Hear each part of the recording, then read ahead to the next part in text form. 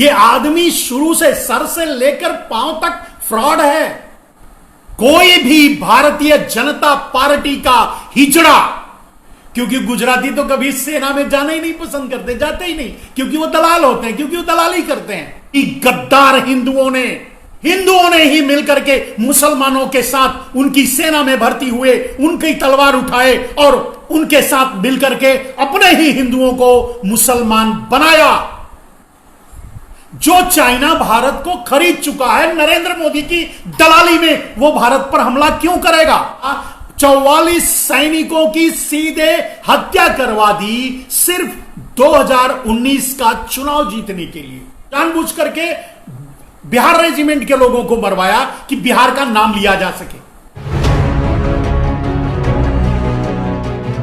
लेकिन ये वही नरेंद्र मोदी हैं, ये वही देश के देशद्रोही नरेंद्र मोदी हैं जिन्होंने पेटीएम का प्रचार किया था, ब्रांड एम्बेसडर बने थे, पेटीएम को खुद ही भारत में प्रचारित किया था, लोगों तक पहुंचाया था।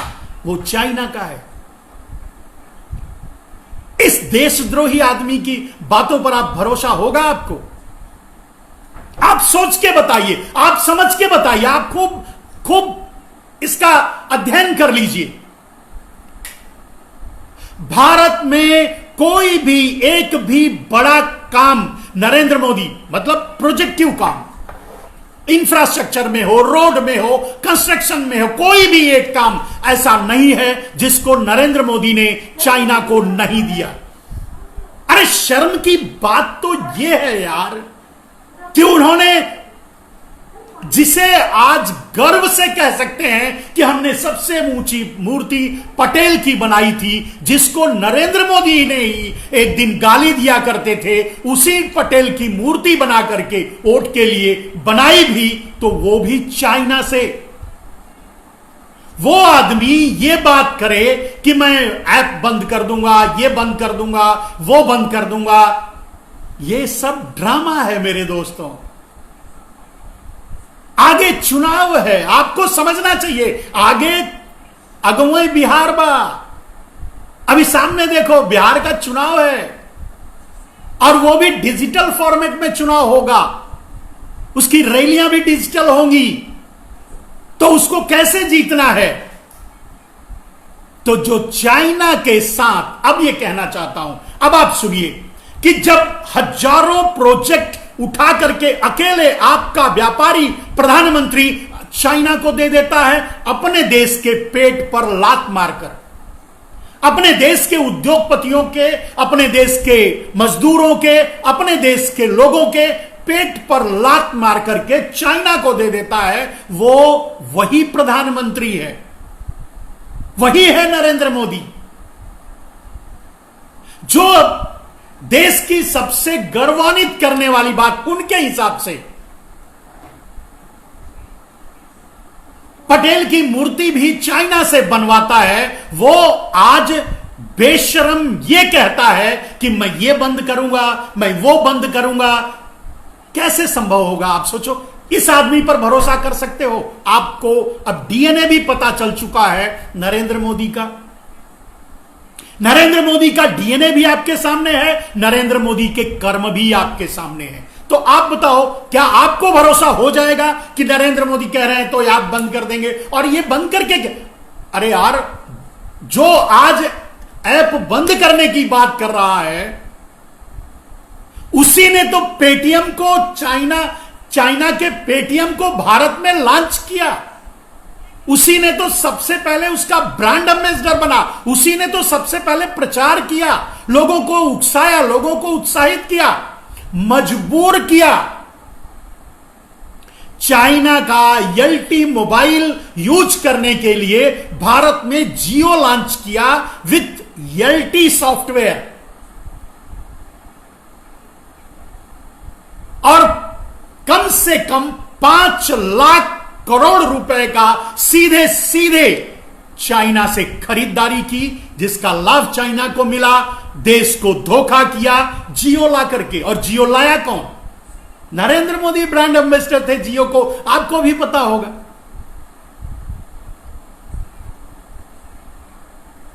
जो आदमी पेटीएम लॉन्च करता है, और आज भी जब बंद करने की 59 ऐप बंद करने की बात आई, तब भी पेटीएम की बात नहीं नरेंद्र मोदी ने किया है। आप समझने की कोशिश कीजिए।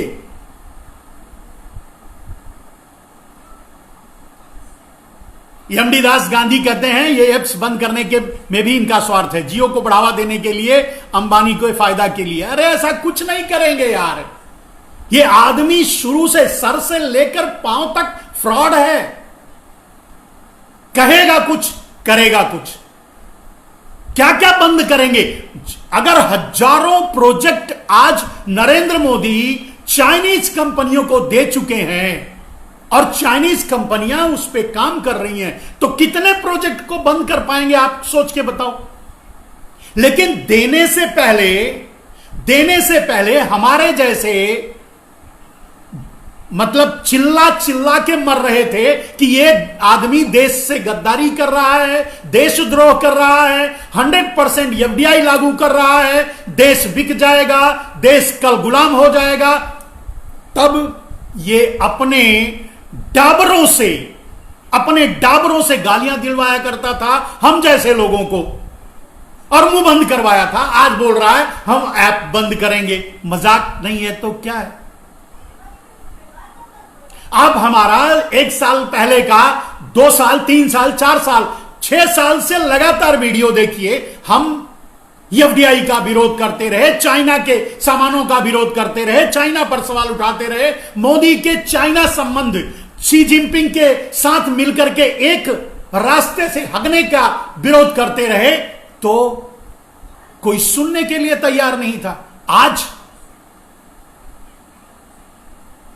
तो बहुत ज्यादा शॉक मत होइए, आप बहुत ज्यादा सोचिए मत। आपको क्या होगा कल ये भी बता देता हूं। ये ड्रामा जो जैसे डोकलाम में 3 महीने तक ड्रामा चला था, वैसे ये ड्रामा जो चल रहा है चाइना के बॉर्डर पे, बिहार का चुनाव होने के बाद बंद हो जाएगा।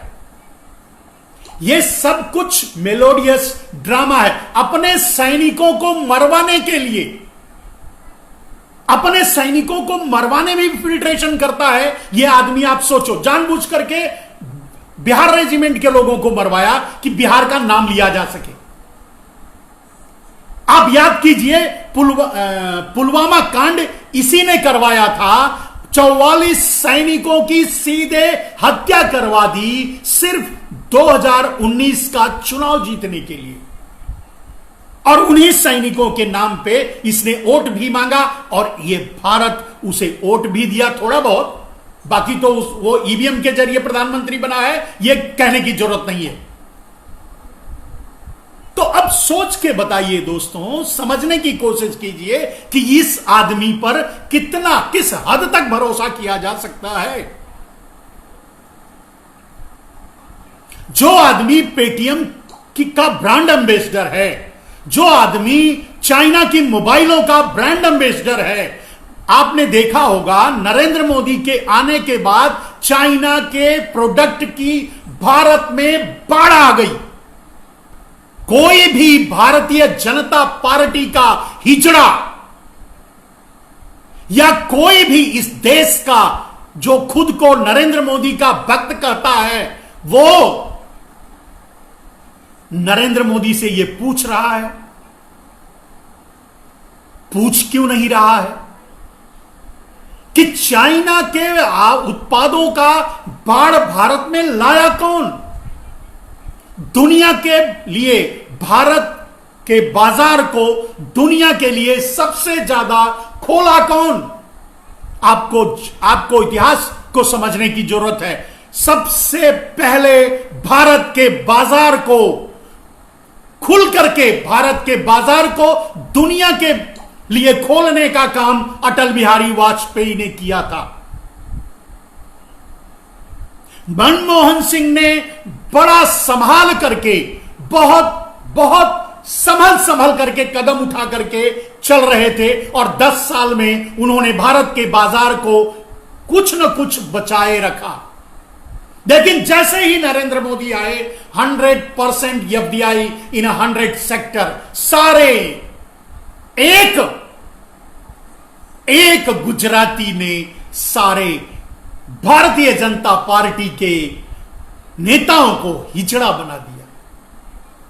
किसी के मुंह से जिन नेताओं ने कांग्रेस के 23% से 49% एफडीआई करने का विरोध कर रहे थे, उन हिजड़ों ने बाहर निकलकर यह भी नहीं पूछा कि नरेंद्र मोदी आप ये क्या कर रहे हो, 100% एफडीआई क्यों ला रहे हो। कम से कम इतना तो पूछ ही सकते थे। नितिन गडकरी, राजनाथ सिंह, डीबी डड्डा बड्डा जो भी हैं, अड्डा बड्डा जो भी हैं, पूछ तो सकते थे ना। लेकिन इनमें इतने बड़े ही जड़े हैं ये कि इनमें इतनी भी हिम्मत नहीं बची कि ये नरेंद्र मोदी से ये पूछ सकें कि हाउ, कैसे 100% एफडीआई इन 100 सेक्टर, कैसे, क्यों। और आज चाइना का ड्रामा कर रहे हैं।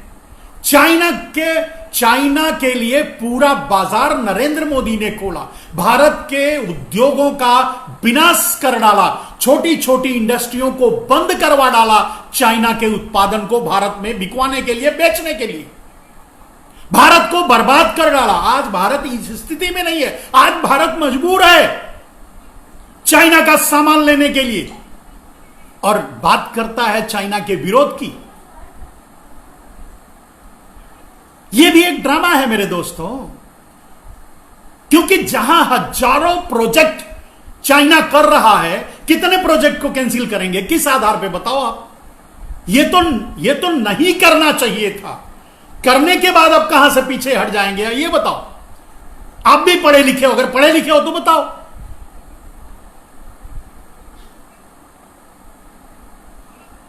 नरेंद्र पांडे जी कहते हैं जय श्री राम, नरेंद्र पांडे जी कहते हैं हर हर मोदी। तो हर हर मोदी, घर घर मौत। एक नहीं 1000 बार यह बात कह चुका हूं, हजारों वीडियो हमारे हैं जो आप देख सकते हैं मेरे टाइमलाइन पे या दूसरी जगह से भी, कि नरेंद्र मोदी कोरोना भी चाइना के साथ साजिश करके भारत में लाए। तो आज कोरोना को कैसे हटा देंगे, लौटा दें कोरोना को, चाइना को। जिस तरह से नरेंद्र मोदी ने भारत के सारे प्रोजेक्टों को साजिश करके चाइना को दिया, जिस तरह से नरेंद्र मोदी ब्रांड एम्बेसडर बनकर के पेटीएम को भारत में लाया, चाइना की कंपनियों को भारत में लाया, चाइना के बैंकों को भारत में लाया, चाइना के लिए भारत का पूरा बाजार खोल दिया, उसी तरह से नरेंद्र मोदी अब कभी पीछे नहीं हट सकते। और जो भी हो रहा है वो एक ड्रामा है। आप इस ड्रामे को देखते जाइए। नरेंद्र मोदी ने प्रधानमंत्री बनने के बाद 6 साल एक भी काम नहीं किया। नरेंद्र मोदी ने प्रधानमंत्री बनने के बाद 6 साल में एक भी काम नहीं किया। गरीबी, महंगाई, बेरोजगारी, भूखमरी, किसानों की आत्महत्या, अर्थव्यवस्था, जीडीपी, सब कुछ तबाह कर दिया। और उस 6 साल के अपने कुकर्मों पर पर्दा डालने के लिए नरेंद्र मोदी कोरोना वायरस लाए, साजिश करके। और एक कई बार बोल चुका हूं मेरे दोस्तों, कोरोना वायरस भारत में नहीं आता। 30 जनवरी को अगर कोरोना वायरस भारत में आ चुका था, पता चल चुका था, तो नमस्ते ट्रंप कैंसिल कर देते, फरवरी के पहले सप्ताह में ही लॉकडाउन कर देते, तो आज कोरोना वायरस भारत में एक भी नहीं होता। आज 5.5 लाख कोरोना वायरस के पीड़ित भारत में हैं, नंबर 1। नंबर 2, 16,000 से ज्यादा लोग भारत में मर चुके हैं कोरोना वायरस से। इस हत्या की जिम्मेदारी कौन लेगा?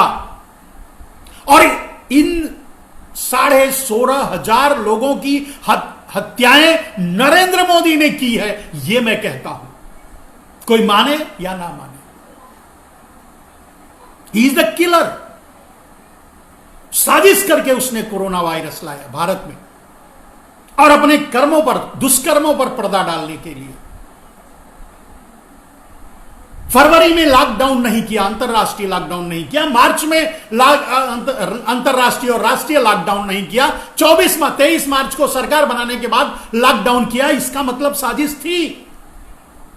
जब पूरे भारत में 571 हो गए तो लॉकडाउन 1 किया, 2, 3, 4, 2 लाख पहुंच गए तो अनलॉकडाउन 1 किया, 5, 5.5 लाख हो गया एक महीने के अंदर ही। अब अनलॉकडाउन 2 जुलाई में भी रहेगा। अब अनलॉकडाउन 2 जुलाई में 10 लाख से ऊपर। नरेंद्र मोदी अमेरिका के नमस्ते ट्रंप के साथ आपको खड़े मिलेंगे, दुनिया के सारे देशों को पीछे छोड़ते हुए। अभी 2 देश हमारे और अमेरिका के बीच में बचा है। इस हत्यारे की साजिश ने भारत को चौथे पोजीशन पे लाकर खड़ा कर दिया। अभी हमारे आगे ब्राजील और रशिया है। रशिया को हम बहुत जल्दी आगे बढ़ने वाले हैं, तो रशिया और ब्राजील को आगे निकलते हुए भारत बहुत जल्द अमेरिका के कंधा से कंधा मिलाकर के कोरोना वायरस का नारा लगाएगा। और आपका 56 इंच अब गायब हो गया है।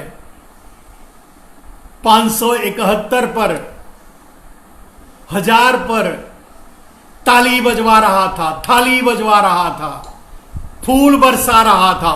सारे ड्रामे बंद और नरेंद्र मोदी गायब। पीएमओ के बाहर ही नहीं निकल रहा है। पीएमओ नहीं, पीएमएच, प्राइम मिनिस्टर हाउस के बाहर ही नहीं निकल रहा है। हो गई, फट गई, निकल गई। अब बोलो यात्रा करे, अमेरिका का, चीन का और दुनिया के देशों का यात्रा करे ना, क्यों नहीं कर रहा है? मैंने कहा दोस्तों, एक व्यापारी देश को बेच सकता है, देश से देशद्रोह कर सकता है, देश की दलाली कर सकता है, देश का सौदा कर सकता है, लेकिन देश की सत्ता नहीं चला सकता। हमने और आपने बहुत बड़ी भूल की है जो नरेंद्र मोदी को प्रधानमंत्री बनाया। और चाइना की बात करें तो चाइना मतलब नरेंद्र मोदी मतलब चाइना, सी जिनपिंग मतलब नरेंद्र मोदी मतलब सी जिनपिंग। ये जनरल रिश्ते नहीं थे, ये नॉर्मल रिश्ते नहीं थे, ये प्रोटोकॉलिक रिलेशन नहीं था, ये इंटरनल गठजोड़ थी जिसके जरिए भारत को नरेंद्र मोदी चाइना के हाथों बेच रहे थे। ये इंटरनल रिलेशन था, ये आंतरिक रिलेशन था, ये अंदरूनी समझौता था। आपके प्रधानमंत्री ने भारत को चाइना के हाथों बेचा है, बेच दिया है। अब सैनिक मरते हैं थोड़े, तो सैनिक तो भारतीय जनता पार्टी यही कहती है कि सैनिक तो मरने के लिए होते हैं, तो मरने दो। और वो भी चुन चुन के मरवाएंगे। जहां जहां चुनाव लड़ना रहेगा, वहां के रेजिमेंट के जहां रहेगी वहां जो इन्फिल्ट्रेशन करवाएंगे। अब आप सोचो, नरेंद्र मोदी कैसे पूरी प्लानिंग के साथ वहीं हमला करवाते हैं चीन से कहकर जहां बिहार रेजिमेंट था। अब एक चीज और आपको नरेंद्र मोदी से पूछना चाहिए कि भाई ये गुजरात रेजिमेंट क्यों नहीं है? होगा भी नहीं, क्योंकि गुजराती तो कभी सेना में जाना ही नहीं पसंद करते, जाते ही नहीं, क्योंकि वो दलाल होते हैं, क्योंकि वो दलाली करते हैं, क्योंकि वो व्यापारी होते हैं, क्योंकि वो नरेंद्र मोदी खुद ही कहते हैं कि मैं गुजराती हूं। तो मेरी खासियत क्या है? मेरे खून में व्यापार है। तो व्यापार सामने आ रहा है, देश बेच रहा है, आप तालियां बजाइए, बजाते रहिए। तो दोस्तों, अब प्रश्न ये उठता है, आपको क्लियर हो गया होगा, अब कहने की जरूरत नहीं कि नरेंद्र मोदी के कितने गहरे रिश्ते हैं। आज कोई ऐसा जगह नहीं है जहां चाइना नहीं है। चाहे कोल हो, चाहे पेट्रोल हो, इंफ्रास्ट्रक्चर हो, रोड कंस्ट्रक्शन हो, मेडिकल फील्ड हो, एजुकेशनल फील्ड हो, कोई भी ऐसा क्षेत्र नहीं है जहां चाइना काम नहीं कर रहा है। और हजारों हजार प्रोजेक्ट उसके पास भारत में है करने के लिए, और कर रहा है। ये क्यों हुआ? ये कैसे हुआ? ये क्यों किया नरेंद्र मोदी ने? क्यों किया देश से गद्दारी? क्यों किया देशद्रोह? और इतना सब कुछ करके भोला बनना चाहते हैं, लोगों को लॉलीपॉप दे रहे हैं, लोकल से वोकल हो जाओ, लोकल हो जाओ, वोकल हो जाओ। और होगा कौन? अभी आपने देखा मेरे दोस्त, बिहार के बिहारी बेचारे लौट करके बिहार गए थे, बिहार में कोई काम नहीं है, वहां खाने बगैर मर रहे हैं, फिर लौट करके जा रहे हैं जहां जहां से आए थे वहां काम करने फिर जा रहे हैं। यह है नरेंद्र मोदी का देश। कहीं कोई काम ही नहीं है, कहीं कोई बचा ही नहीं है, सब चाइना वाले कर रहे हैं, प्रोजेक्ट चाइना के हाथ में है। और अगर चाइना ये खेल है तो दोस्तों, चाइना के बारे में और नरेंद्र मोदी के रिश्ते के बारे में यूं समझ सकते हैं कि नरेंद्र मोदी जब तक प्रधानमंत्री रहेंगे चाइना रहेगा। चाइना है तो नरेंद्र मोदी है, नरेंद्र मोदी है तो चाइना है। और नरेंद्र मोदी जब तक रहेंगे, आप इस ड्रामे को सच मत समझना, ये ऐप बंद हो रहा है, वो ऐप बंद हो रहा। अरे ऐप बंद होना था तो इतने बहुत तमाम ऐसे गलत ऐप चल रहे थे जिनको कि तत्काल बंद करना चाहिए था, और हम शुरू से आवाज उठा रहे हैं, किसी को बंद कभी नहीं किया गया।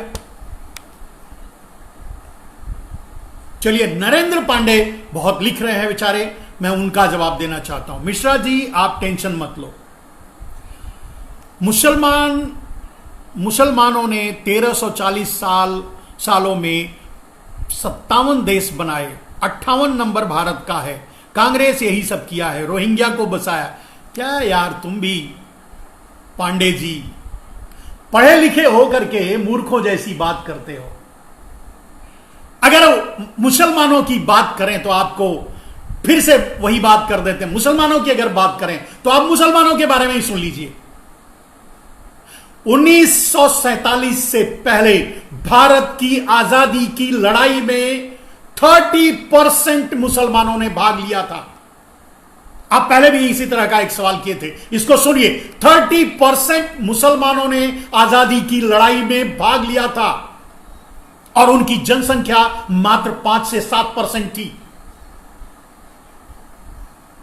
30% मुसलमानों ने भाग लिया था, और गुजरातियों ने 1% भी आजादी की लड़ाई में भाग नहीं लिया। अब आप बताओ, बोलो, कंपेयर करो मुसलमानों का और गुजरातियों का ही कंपेयर कर लो। देश के लिए कौन क्या किया है, यह समझ में आ जाएगा।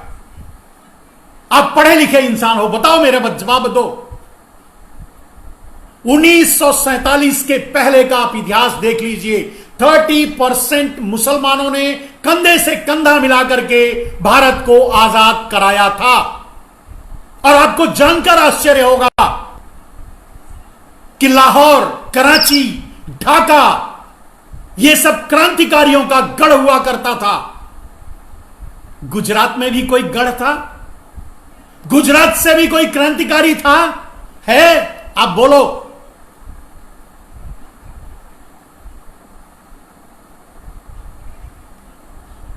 देश को अगर खतरा है तो वो खतरा है पूंजीवाद से।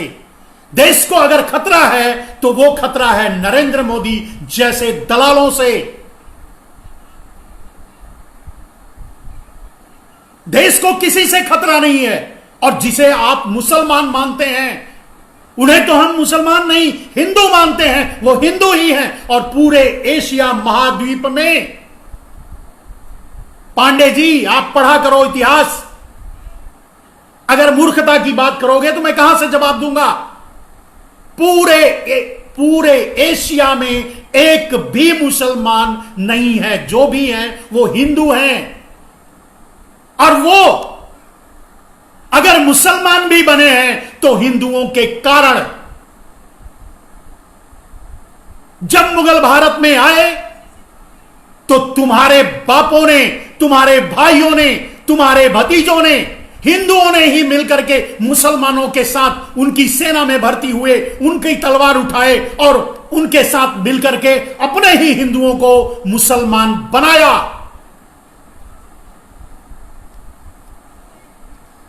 कौन है गद्दार, आप बताओ। गद्दार कौन है, देशद्रोही कौन है, आप बताओ। देशद्रोही वो है जो अपने परिवार की रक्षा के लिए, अपने इज्जत के लिए, मर्यादा के लिए इस्लाम स्वीकार कर लिया, या गद्दार वो है जो तलवार उठा करके मुगलों के साथ मिलकर के अपने ही भारतीय हिंदुओं को मुसलमान बनाने की कोशिश कर रहा था। Who is the culprit? गद्दार कौन है, देशद्रोही कौन है? मत जाओ इतिहास में। नरेंद्र मोदी गैंग के वो व्हाट्सएप यूनिवर्सिटी की बात मेरे सामने मत किया करो।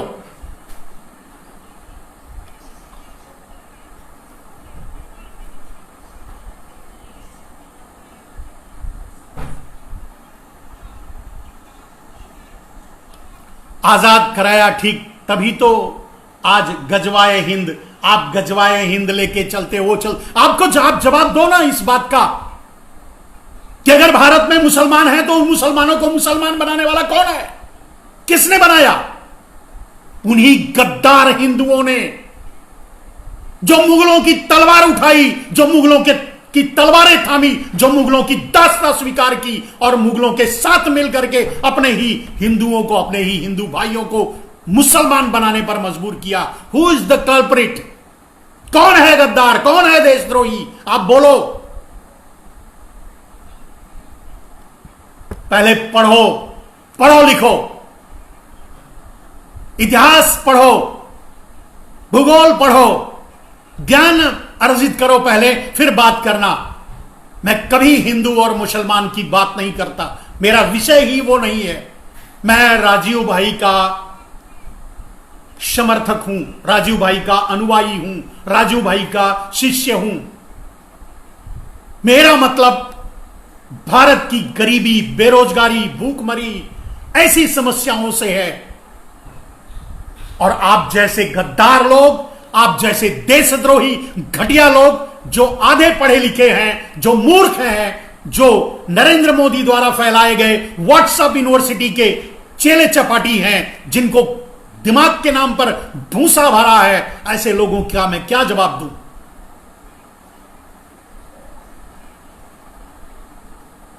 मेरे प्रश्नों का उत्तर जो मैंने आज कहा, इसका जवाब जब मिल जाए फिर दोबारा मेरे लाइव में आना, नहीं तो आने की कोशिश मत करना। मैं कोई आपके प्रधानमंत्री की तरह, नरेंद्र मोदी की तरह चौथी फेल नहीं हूं और ना ही भिखारी हूं। ये सारा जो करते हो वो नरेंद्र मोदी के गैंग के साथ मिलकर के व्हाट्सएप यूनिवर्सिटी में चलाते रहो, करते रहो। आई डोंट केयर, मैं पढ़ने वाला भी नहीं हूं। जनरल सिंह भाटिया, आदरणीय मिश्रा जी, आप अपना काम जारी रखें। जो लोग आपका विरोध करते हैं वो सभी वो लोग हैं जिन्होंने हिंदू मुस्लिम कर नरेंद्र मोदी जी को प्रधानमंत्री बना दिया। लेकिन इस देश के हिंदुत्व को सबसे ज्यादा खतरा, मैं यही कहना चाहते हो आप, सबसे ज्यादा नुकसान आरएसएस, मोदी, अमित शाह ने पहुंचाया है। बिल्कुल सही कहा मेरे बंधु, ये बिल्कुल 100% सच है। तो दोस्तों, मैं अब आपसे विदा लूंगा। अगर आप कोई सवाल करना चाहें तो कर सकते हैं, और मैं अब आपसे विदा लेना चाहेंगे। कल फिर हाजिर होंगे, कल फिर किसी विषय को लेकर के। और आप निश्चिंत रहें, चाइना के बाद ना तो भारत हिंदुस्तान चाइना, यानी भारत और चाइना का युद्ध कभी नहीं होगा। आप निश्चिंत रहें। जो चाइना भारत को खरीद चुका है नरेंद्र मोदी की दलाली में, वो भारत पर हमला क्यों करेगा? It's never. जो भी बॉर्डर पे हो रहा है वो नरेंद्र मोदी का ड्रामा है, screen play. Narendra Modi is the screen writer, Narendra Modi is the screen player. वो सब कुछ नरेंद्र मोदी का किया धरा है।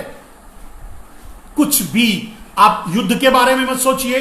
भारत चाइना कभी युद्ध भी नहीं होगा, कभी झगड़ा भी नहीं होगा, कभी कुछ भी नहीं होगा। सब कुछ महीने 2 महीने चलेगा, बिहार का चुनाव हो जाएगा, उसके बाद चाइना अपनी जगह हो जाएगा, भारत अपनी जगह हो जाएगा, मोदी का काम सफल हो जाएगा। इसके अलावा कुछ भी नहीं होगा। नरेंद्र मोदी का मतलब ही चीन, नरेंद्र मोदी भारतीय है ही नहीं। सबसे पहला भारतीय नरेंद्र मोदी है जिसने चाइनीज कंपनी का प्रचार, ब्रांड एम्बेसडरी की थी भारत में।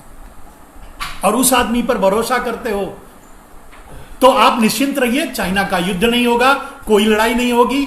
मीडिया में देखते रहिए, देख करके इस कान से सुनिए, इस कान से निकाल दीजिए, कुछ भी होने वाला नहीं है। सब कुछ it's a played well retain.